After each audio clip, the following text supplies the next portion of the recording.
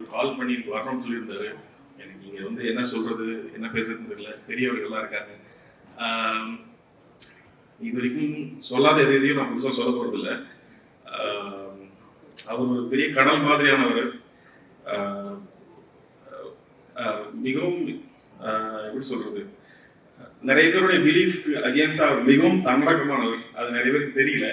அவர் வந்து இல்லை ஏன் சொல்றேன்னா, நாங்கள் ஒரு தடவை பேசிக்கிட்டு இருக்கும்போது ஒரு வெஸ்டர்ன் மியூசிக் பீஸ் பற்றி ஒரு பேசிட்டு இருந்தோம். அப்போ அவர் வந்து அதெல்லாம் பெரிய ஒர்க் சொல்லியிருந்தார். நான் வந்து உங்களால் முடியாததெல்லாம் ஒன்றும் இல்லை அப்படின்னா, அவர் சொன்னார் இல்லை இல்லை நமக்கு நம்மளுடைய உயரம் தெரியும், எனக்கு என்னோட ஹைட் தெரியும் அப்படின்னு சொன்னார். ஸோ இது ஒரு பாயிண்ட். நான் இந்த வரும்போது கூட யோசிச்சது என்னெல்லாம் சொல்லலான்ட்டு, பட் நிறைய இருக்கு அவரை பற்றி சொல்றதுக்கு.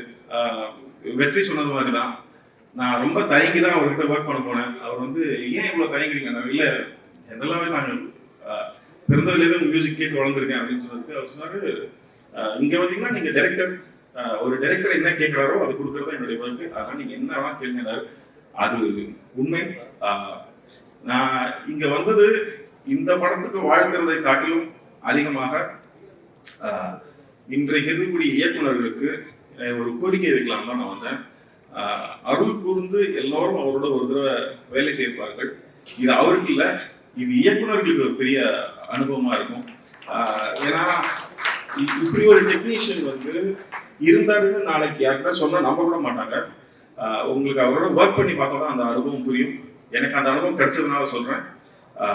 அப்புறம் வரும்பொழுது நிறைய யோசிச்சுட்டு பெரிய பெரிய ஆசைகளோடு வாங்க.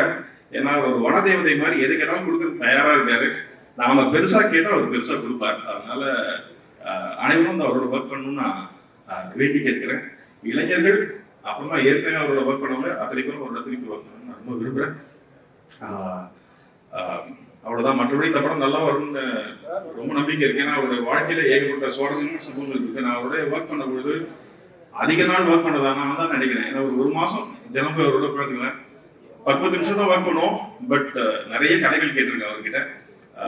ஸோ அந்த கதைகள்ல நிறைய விஷயங்களை அருண் படமா எடுப்பாருன்னு நினைக்கிறேன்.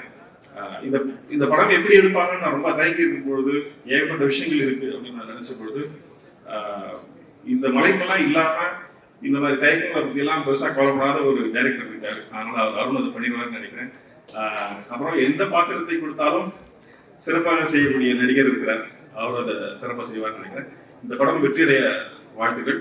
நன்றி, வணக்கம்.